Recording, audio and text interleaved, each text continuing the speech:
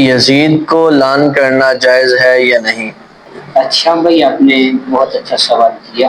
آج کے اس پرفتن دور میں طرح طرح کے جہاں فتنے اٹھ گئے، وہاں پر یہ بھی بہت بڑا ایک شور و گل اٹھایا جاتا ہے کہ یزید غلطی پر نہیں تھا، جبکہ اسلاف کا جب سے واقعہ کربلا ہوا جی تب سے لے کر آج تک ہم نے جو بھی اپنے اسلاف سے سنا اور جو بھی اپنے اسلاف سے پڑھا، بالکل ہر دور میں یزید پر لعنت کی گئی۔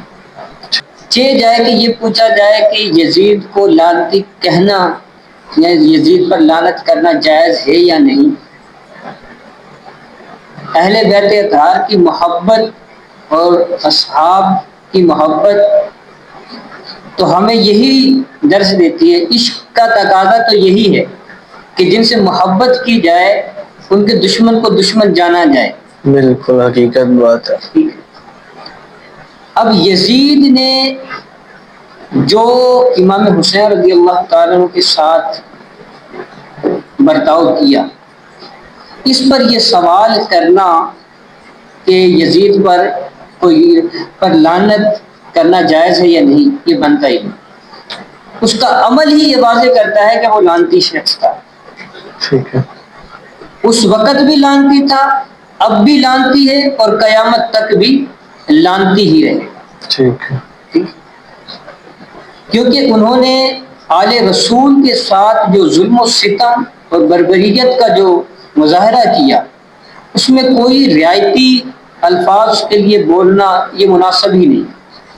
ٹھیک ہے، اور اس کا تقاضا ہی یہ ہے کہ محب جسے محبت کی جاتی ہے اس کے دشمن کو دشمن ہی جانا ہے، اس کو اس کی بے شرمی کے مطابق، اس پہ ظلم و ستم کے مطابق ہی اس کو القاب دیے جائیں۔ لہذا اس کا عمل بڑا قبیح تھا، بہت برا تھا۔ آل رسول کے ساتھ اس کا عمل، اس کا رویہ بہت خبیث تھا۔ لہذا کبھی بھی اس شخص کی ذات سے متعلق ہم نرم لہجہ نہیں رکھیں گے۔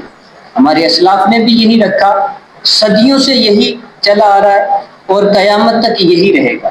یہ لعنتی تھا، لعنتی ہے اور لعنتی ہی رہے گا۔ اس پر ہمیشہ لعنت برستی رہے گا۔